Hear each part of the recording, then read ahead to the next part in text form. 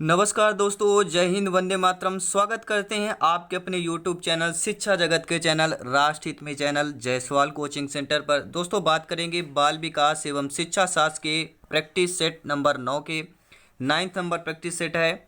Top 30 question आपके MCQs रहने वाले हैं फुल एक्सप्लेन के साथ बाई जायसवाल, यानी कि मैं जायसवाल सर आपको बताने वाला हूँ। बहुत ही यहाँ पे प्रैक्टिस सेट ये इंपॉर्टेंट है दोस्तों। इसके पिछले प्रैक्टिस सेट देखना है तो आपको आई कार्ड पे लिंक आएगा, तो आप लोग देख सकते हैं। तो चलिए शुरू करते हैं दोस्तों। बेहतरीन क्लास रहेगी, वीडियो को अंत तक देखिए, सभी क्वेश्चन अटेंड करिए और अपना स्कोर भी बताइए कि आप लोग भी 30 में से कितने सही कर पा रहे हैं। पहला प्रश्न है, निम्नलिखित में से क्या समावेशी शिक्षा का उद्देश्य नहीं है? तो देखिए समावेशी शिक्षा का क्या उद्देश्य होता है। देखिए असमर्थ बालकों को शिक्षित तथा जागरूक करना, यह होता है समावेशी शिक्षा का उद्देश्य।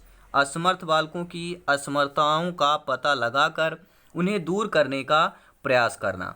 सभी बालकों के लिए समान कक्षा कक्ष उपलब्ध करना। ये तीनों ऑप्शन आपके समावेशी शिक्षा के उद्देश्य हैं। लेकिन तो आपका क्या हो जाएगा, इनमें से कोई भी ऐसा ऑप्शन नहीं है कि जो आपका उद्देश्य नहीं है, तो आपका डी ऑप्शन यहाँ पे सही हो जाएगा।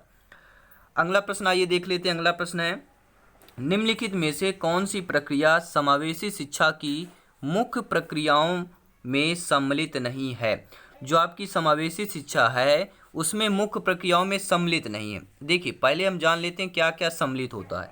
समावेशीकरण सम्मिलित होता है, संस्था रहित शिक्षा सम्मिलित होता है, समानीकरण आपका सम्मिलित होता है। तो समावेशी शिक्षा की मुख्य प्रक्रियाओं में आपका जो सम्मिलित नहीं होता है वह है संस्था युक्त शिक्षा। संस्था युक्त शिक्षा को आपको समावेशी शिक्षा की मुख्य प्रक्रियाओं में सम्मिलित नहीं किया जाता है। अगला प्रश्न है, वंचित बालक से अभिप्राय है। तो वंचित बालक से अभिप्राय क्या हो सकता है? ऐसे बालक जो सामाजिक, आर्थिक एवं सांस्कृतिक रूप से अलाभ वंचित हों। ठीक है, ऐसे बालक जिसमें सामाजिक, आर्थिक और सांस्कृतिक रूप से अलाभ वंचित हो, यानी उनको इस प्रकार का लाभ ना मिले, तो आपके वंचित बालक कहलाते हैं। अगला प्रश्न आइए देख लेते हैं। अगला प्रश्न है, पिछड़े बालक उसी जीवन आयु के अन्य छात्रों की तुलना में विशेष शैक्षिक निम्नता व्यक्त करते हैं। यह कथन किसका है? बहुत अच्छा क्वेश्चन है और कथन से रिलेटेड आपको पता है बाल विकास शिक्षा शास्त्र में 1 से 2 क्वेश्चन जरूर पूछे जाते हैं। तो पिछड़े बालक उसी जीवन आयु के अन्य छात्रों की तुलना में विशेष शैक्षिक निम्नता व्यक्त करते हैं। यह कथन है आपका स्किनर एवं हैरीमैन का कथन है। 4th ऑप्शन आपका सही हो जाएगा।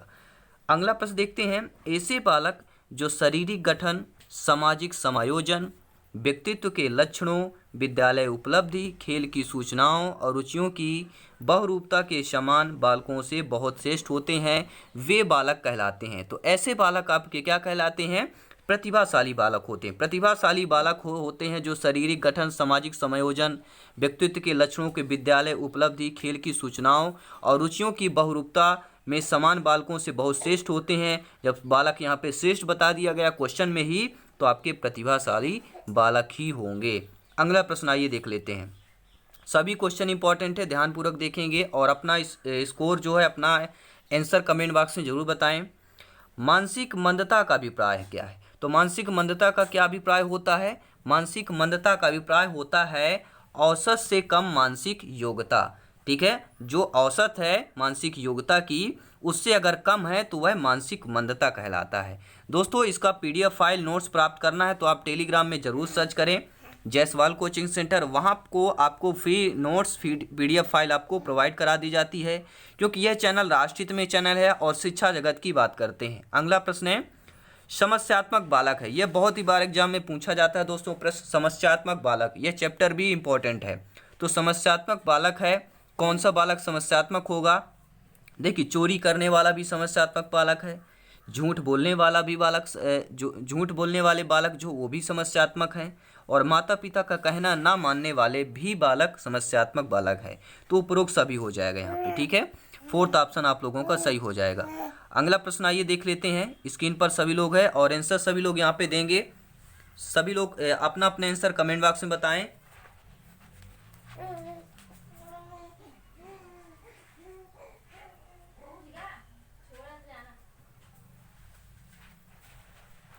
चलिए क्वेश्चन हम देख लेते हैं। क्वेश्चन क्या है यहाँ पर? समस्यात्मक बालक वे हैं जिनका व्यवहार या व्यक्तित्व किसी बात में गंभीर रूप से असमान होता है। यह कथन किसका है? समस्यात्मक बालक वे हैं जिनका व्यवहार या व्यक्तित्व किसी बात में गंभीर रूप से असमान होता है, यानी समान रूप में नहीं होता है, असमान रूप में होता है। तो यह कथन है आपका किन्होंने कहा? ये आपके वैलेंटाइन का कथन हो जाएगा। ठीक है, सेकंड ऑप्शन सही हो जाएगा। अगला प्रश्न देख लेते हैं। अगला प्रश्न भी स्क्रीन पर है। प्रतिभाशाली बालकों की बुद्धि लब्ध कितनी होती है? बुद्धि लब्ध से आपको बता दूं, आईक्यू से एक क्वेश्चन, दो क्वेश्चन रखा है। एक क्वेश्चन तो 100% श्योर है, सेकंड यानी 1 से 2 प्रश्न आपके आते हैं। तो प्रतिभाशाली बालकों की बुद्धि लब्ध कितनी होती है? तो आइए देख लेते हैं आंसर, 130 से अधिक। यानी जिन बालकों की बुद्धि लब्ध 130 से अधिक होती है वह प्रतिभाशाली बालकों की श्रेणी में आते हैं। नेक्स्ट क्वेश्चन देख लेते हैं। अगला प्रश्न स्क्रीन पर है। प्रश्न क्या पूछा जा रहा है? प्रतिभावान बालकों की पहचान किस प्रकार की जा सकती है? तो प्रतिभावान बालकों की पहचान जो है दोस्तों, आपके बुद्धि परीक्षा के द्वारा भी की जा सकती है, अभिरुचि परीक्षण के द्वारा भी की जा सकती है, और आपके उपलब्धि परीक्षण द्वारा भी किया जा सकता है। यानी प्रतिभावान बालकों की पहचान जो है उपरोक्त सभी द्वारा किया जा सकता है। फोर्थ ऑप्शन यहाँ पर सही हो जाएगा। अगला प्रश्न आइए देख लेते हैं। अगला प्रश्न स्क्रीन पर है और प्रश्न यह पूछा जा रहा है कि शैक्षिक पिछड़ेपन की पहचान के लिए प्रमुख अनिवार्य तत्व कौन सा है?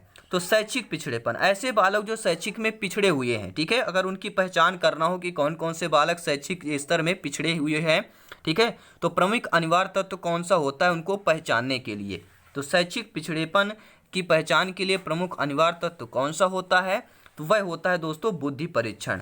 क्या होता है? बुद्धि परीक्षण के द्वारा ही बालकों में शैक्षिक पिछड़ेपन का पहचान लगाया जा सकता है। अगला प्रश्न है, मानसिक स्वास्थ्य का अर्थ वास्तविकता के धरातल पर वातावरण से पर्याप्त सामंजस्य करने की योग्यता है। यह कथन किसका है? तो मानसिक स्वास्थ्य का अर्थ वास्तविकता के धरातल पर वातावरण से पर्याप्त सामंजस्य करने की योग्यता है। यह कथन आपका हो जाएगा दोस्तों किसका? लेडेल का हो जाएगा, बी ऑप्शन। कथन आप लोग नोट्स में लिख सकते हैं, रफ या नोट्स एक जरूर बनाए दोस्तों। जो इतना ज़्यादा लिखेंगे उतना ज़्यादा आपका कंठस्थ होगा। ठीक है दोस्तों, ठीक है। राइटिंग स्किल बहुत इंपॉर्टेंट है आपका, किसी भी चीज़ भी सिलेक्शन के लिए राइटिंग स्किल बहुत ही इंपॉर्टेंट होता है। अगला प्रश्न है, डिसलेक्सिया किस प्रकार के विकार से संबंधित है? विकार और अक्षमता, इससे एक क्वेश्चन जरूर आता है। तो जो डिसलेक्सिया है किस प्रकार के विकार से संबंधित है दोस्तों? तो ये आपके हो जाएगा पठन से। ठीक है, पठन विकार को डिसलेक्सिया विकार से क्या है? संबंधित कहलाता है। ठीक है, पठन विकार है यानी कि डिसलेक्सिया होगा। ठीक है, और गणितीय विकास को क्या बोलते हैं? गणितीय विकास नहीं, गणितीय विकार होना चाहिए। ठीक है, डिसकैलकुलिया बोलते हैं। अगर डिसकैलकुलिया आ जाए तो गणितीय विकार हो जाएगा। ठीक है, अगला प्रश्न देख लेते हैं। एक शारीरिक रूप से विकलांग बालक के लिए विद्यालय में निम्नलिखित में से क्या आवश्यक रूप से होना चाहिए? दोस्तों इंपॉर्टेंट क्वेश्चन है। एक शारीरिक रूप से विकलांग बालक है, कैसा है? अशक्त बालक है, विकलांग बालक है, वो भी शारीरिक रूप से यानी शरीर से विकलांग बालक है। तो ऐसे बालकों के लिए विद्यालय में निम्नलिखित में से क्या आवश्यक रूप से होना चाहिए? तो ऐसे बालकों के लिए दोस्तों बालक के लिए कक्षा कक्ष में प्रवेश की उचित सुविधा प्रबंध होना चाहिए, ताकि बच्चा जो है कक्षा में प्रवेश कर सके। ठीक है, पहला ऑप्शन यहाँ पर सही हो जाएगा। अगला प्रश्न देख लेते हैं, स्क्रीन पर है। प्रश्न क्या पूछा जा रहा है? प्रतिभाशाली बालक की विशेषता निम्नलिखित में से कौन सी है? तो प्रतिभाशाली की विशेषता जो है आपकी, प्रतिभाशाली बालकों की विशेषता खेलों में अधिक रुचि होती है, अमूर्त विषयों में रुचि होती है, धैर्यवान व अनुशासन प्रिय होते हैं। तो उपरोक्त सभी हो जाएगा, द ऑप्शन हो जाएगा। अगला प्रश्न देख लेते हैं, समस्यात्मक बालकों के प्रमुख प्रकारों में किसको सम्मिलित नहीं करेंगे? समस्यात्मक बालक की श्रेणी में या उनके प्रकार जो है, समस्यात्मक बालक कई प्रकार के होते हैं, तो किसको हम सम्मिलित नहीं कर सकते? देखिए, चोरी करने वाला बालक ये भी समस्यात्मक है, झूठ बोलने वाला समस्यात्मक है। ठीक है, और अगला ऑप्शन क्या कह रहा है आपका? क्रोध करने वाला बालक ये भी समस्यात्मक है, लेकिन अनुशासन में रहने वाले बालक को समस्यात्मक नहीं बोलेंगे। समझ रहे हैं दोस्तों क्वेश्चन क्या पूछ रहा है? एक्चुअल सही क्वेश्चन दिया है। ठीक है, समस्यात्मक बालकों को प्रमुख प्रकारों में किसको सम्मिलित नहीं करेंगे? तो भैया अनुशासन में जो बालक रहेंगे तो समस्यात्मक बालक नहीं कहलाएगा। तो आपका फोर्थ ऑप्शन सही हो जाएगा। अगला प्रश्न देख रहे हैं दोस्तों, स्क्रीन पर है। प्रश्न क्या पूछा जा रहा है? निम्नलिखित में से किसकी समस्यात्मक बालक की श्रेणी में रखा जा सकता है? किसको रखा जा सकता है समस्यात्मक बालक की श्रेणी में? तो चोरी करने वाला बालक, यहाँ पे सभी लोग देख सकते हैं, कई बार ऑप्शन पे पढ़ चुके हैं। तो चोरी करने वाले बालक को समस्यात्मक बालक की श्रेणी में रखा जा सकता है। अगला प्रश्न आइए देख लेते हैं। प्रश्न क्या है? विशेष आवश्यकता वाले बालकों को निम्नलिखित में से किस प्रकार की शिक्षा दी जानी चाहिए? बच्चा कैसा है? विशेष आवश्यकता वाला बच्चा है। तो विशेष आवश्यकता वाले बच्चों को, बालकों को जो शिक्षा देनी चाहिए वह हो जाएगा दोस्तों, अगर आपको पता है कमेंट बॉक्स में जरूर बता सकते हैं, अन्य समान बालकों के साथ जो उनको शिक्षा दी जानी चाहिए। पहला ऑप्शन यहाँ पे सही हो जाएगा। आइए अगला प्रश्न देख रहे हैं दोस्तों। अगला प्रश्न क्या पूछा जा रहा है? किसी सृजनशील बालक का लक्षण है, यानी बच्चा अगर सृजनशील है, बालक सृजनशील है तो उसका क्या लक्षण हो सकता है? तो उसका लक्षण हो जाएगा जिज्ञासु प्रवृत्ति का। वह बालक कैसा होगा? जिज्ञासु प्रवृत्ति का होगा, यानी सृजनशील बालक का लक्षण होता है जिज्ञासु प्रवृत्ति। अगला प्रश्न देख लेते हैं। विकलांग बालकों की श्रेणी में ऐसे बालक आते हैं जो, अब आ गया विकलांग बाल यानी अशक्त बालक कहलाएंगे, ठीक है। विकलांग बालकों की श्रेणी में ऐसे बालक आएंगे जो क्या होना चाहिए? तो जो आपके देखिए नेत्रहीन बालक भी आपके विकलांग बालक में आएंगे, ठीक है। शारीरिक रूप से भी अक्षमता वाले अक्षम आ सकते हैं, गूंगे तथा बहरे, ये सभी विकलांग बालक अशक्त बालक होंगे। तो यहाँ पे क्या हो जाएगा? उपरोक्त सभी हो जाएगा। ये सभी ऑप्शन आपके विकलांग बालकों की श्रेणी में आएंगे। अगला प्रश्न देख लेते हैं। दृष्टि से संबंधित दोष से बालक के किस विकास पर प्रभाव नहीं पड़ता है? दृष्टि से संबंधित यानी अगर कोई भी बालक या बालिका दृष्टि से संबंधित दोष है तो वह किस विकास का प्रभाव नहीं पड़ेगा? तो दृष्टि से संबंधित है तो आप सभी लोग जान सकते हैं, यानी दिखाई नहीं देना। तो देखिए सांस्कृतिक रूप से वह प्रभाव नहीं पड़ेगा, शारीरिक मानसिक से पड़ सकता है, शैक्षिक एवं व्यवसायिक पर पड़ सकता है, ठीक है, लेकिन सांस्कृतिक स्तर पर आपका नहीं पड़ सकता है। तो आपका तीसरा ऑप्शन सही हो जाएगा। अगला प्रश्न आइए देख लेते हैं। स्क्रीन पर प्रश्न दिया दोस्तों कि हस्तशिल्प की शिक्षा मुख्य रूप से निम्नलिखित में से किन्हें दी जानी चाहिए? तो हस्तशिल्प की शिक्षा की किन्हें दी जानी चाहिए? तो पिछड़े बालकों को हस्तशिल्प की शिक्षा दी जानी चाहिए। सेकंड ऑप्शन सही हो जाएगा। अगला प्रश्न आइए देख लेते हैं। भय अनेक बालकों की झूठी बातों का मूल कारण होता है। जो भय होता है वह अनेक बालकों की झूठी बातों का मूल कारण होता है। यह किसने कहा है? यह कथन किसने कहा है? कथन बहुत सारे क्वेश्चन एग्जाम में पूछे जाते हैं, 1 से 2 प्रश्न पक्का है, यानी आपको लगभग 30 से 40 कथन पढ़ना पड़ेगा। तो इसका आंसर होगा स्ट्रैंग ने इस कथन को कहा था। अगला प्रश्न आइए देख लेते हैं। स्क्रीन पर है। प्रश्न क्या पूछा जा रहा है? प्रश्न यह है दोस्तों, अगला प्रश्न स्क्रीन पर है और उम्मीद करता हूं सभी भाई बहन, सभी शिक्षक बंधु वीडियो को अच्छे दिल से लाइक कर दिए होंगे। दोस्तों में शेयर भी कर सकते हैं, क्योंकि शिक्षा जगत की बात करते हैं तो आप लोग मोटिवेट करते रहिए और शेयर करते रहिए ताकि इस शिक्षा का प्रचार प्रसार हो सके। अगला प्रश्न है। पिछड़े बालक वे होते हैं जो, यानी पिछड़े बाल को हम किन्हें कह सकते हैं? तो पिछड़े बालकों को दोस्तों कहा जा सकता है जो किसी बात को बार बार समझने पर भी नहीं समझते हैं, ऐसे बालक आपके पिछड़े बालक होते हैं, ठीक है।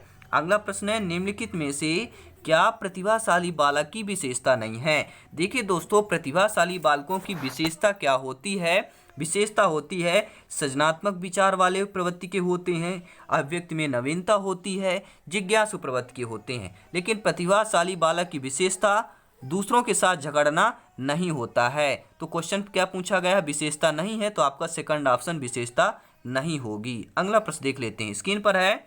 निम्न में से क्या सृजनात्मक का एक तत्व नहीं है? यानी सृजनात्मकता समझ गए होंगे दोस्तों, सृजन करना, बालक का सृजन होगा, यानी कि बालक के क्या सृजनात्मकता का एक तत्व नहीं है। तो पहले ये जान लेते हैं तत्व कौन है आपके, सृजनात्मक के तत्व कौन कौन से हैं दोस्तों। इस ऑप्शन पे आपका प्रवाह तत्व होता है, मौलिकता तत्व है, लचीलापन तत्व है, लेकिन आपका प्रभावशीलता जो है सृजनात्मकता का तत्व नहीं कहलाएगा। तो पहला ऑप्शन आपका सही हो जाएगा। अगला प्रश्न देख लेते हैं। स्क्रीन पर है और प्रश्न लाजवाब है, ध्यान दीजिएगा प्रश्न को। एक पिछड़े बालक को शिक्षा के क्षेत्र में विकास करने के लिए क्या करना चाहिए? बालक कैसा है? पिछड़ा बालक है। अगर उसको शिक्षा के क्षेत्र में विकास करना हो तो क्या करना होगा? उस पिछड़े बालक को क्या करना होगा? तो उस पिछड़े बालक को बालक के पिछड़ेपन के कारणों को ढूंढना होगा, व्यक्तिगत रूप से ध्यान देना और पाठ संबंधी क्रियाकलापों की व्यवस्था करना होगा। यह किसका काम है? शिक्षक का काम है, यानी टीचर का काम है, अध्यापक का काम है। ठीक है, ये अध्यापक को करना पड़ेगा। यानी पिछड़ा बालक है कोई भी, आप देखिए आप सभी लोग भावी अध्यापक हैं, आपकी क्लास में मान लीजिए कोई एक पिछड़ा बालक है, उसको शिक्षा के क्षेत्र में विकास करना हो तो आप क्या करेंगे? पिछड़े बालकों को उसका कारण पहले ढूंढेंगे, उसको व्यक्तिगत रूप से ध्यान देंगे, उसको पाठ संबंधी क्रियाकलापों की व्यवस्था करेंगे। यानी ये उपरोक्त ये तीनों ऑप्शन आपको करेंगे शिक्षक होने के नाते। अगला प्रश्न देख लेते हैं, स्क्रीन पर है, महत्वपूर्ण प्रश्न है। मानसिक स्वास्थ्य के नियमों को खोजना और उन्हें बनाए रखना अध्ययन का केंद्र बिंदु है। यह कथन किसका है? तो मानसिक स्वास्थ्य के नियमों को खोजना और उन्हें बनाए रखना अध्ययन का केंद्र बिंदु है। यह कथन आपका दोस्तों किसका हो जाएगा? ड्राइवर का है। समझ लीजिए कोई भी गाड़ी चलाने के लिए ड्राइवर को कंठस्थ होना चाहिए, मानसिक स्वास्थ्य में होना चाहिए, नियम के रूप में या नियम कानून मालूम होना चाहिए ड्राइवर को कैसे चलाना है। ठीक है, समझ गए? एक लॉजिकल पॉइंट के माध्यम से हम बता रहे हैं कि मानसिक स्वास्थ्य के नियमों को खोजना और उन्हें बनाए रखना अध्ययन का केंद्र बिंदु है। तो क्या हो जाएगा? ड्राइवर। गाड़ी का केंद्र बिंदु ड्राइवर ही होता है, स्टीयरिंग उसी के पास होती है। अगला प्रश्न देख लेते हैं दोस्तों, बाल अपराध के प्रमुख कारण क्या है? सभी लोग जानते हैं, आप लोग भावी अध्यापक हैं, भावी शिक्षक हैं और लगभग आपके जो एज होगी, ठीक है दोस्तों, 22 से लेकर आप लोग 40 तक हो सकती है। सभी मेरे प्यारे मित्र जो वीडियो देख रहे हैं इनकी एज 22 से 40 है, यानी आप लोग समझदार व्यक्ति हैं, समझदार शिक्षक हैं। तो बाल अपराध के प्रमुख कारण क्या हो जाएंगे दोस्तों? तो हो जाएगा आपका, देखिए, अनुवांशिक कारण भी होगा, शारीरिक कारण भी होगा, मनोवैज्ञानिक कारण भी होगा। यानी इनमें से सभी आपके बाल अपराध के प्रमुख कारण होंगे। और आपका लास्ट क्वेश्चन है, 30 नंबर क्वेश्चन है प्रैक्टिस सेट 9 का, ब्रेल लिपि का उपयोग किस प्रकार के विकलांग बालकों की शिक्षा व्यवस्था के लिए किया जाता है?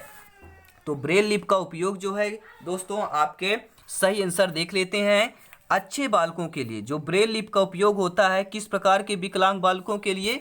जो विकलांग हो लेकिन बालक क्या हो? अच्छे हों, तो उन बालकों की शिक्षा व्यवस्था के लिए ब्रेल लिपि का उपयोग किया जाता है। दोस्तों आज की ये 30 क्वेश्चन आप लोगों को कैसे लगे? उम्मीद करता हूँ बहुत अच्छे लगे होंगे और सभी क्वेश्चन आपको समझ में भी आ गए होंगे। और ऐसे क्वेश्चन एग्जाम में आए तो भैया आप सिलेक्शन नहीं, यहाँ पे टॉप रैंक हासिल करेंगे, क्योंकि यह आपका जो चैनल है शिक्षा जगत का चैनल है। जो भी क्वेश्चन वीडियोज होते हैं आपके सिलेबस के आधार पर ही होते हैं, तो बहुत इंपॉर्टेंट आपका दोस्तों है। और बस सभी क्लासेज अटेंड कीजिए और वीडियो को इन तक जरूर देखिए। 1-2 क्वेश्चन देखने से काम नहीं होने वाला है, काम होता है आप सभी क्वेश्चन अटेंड करें।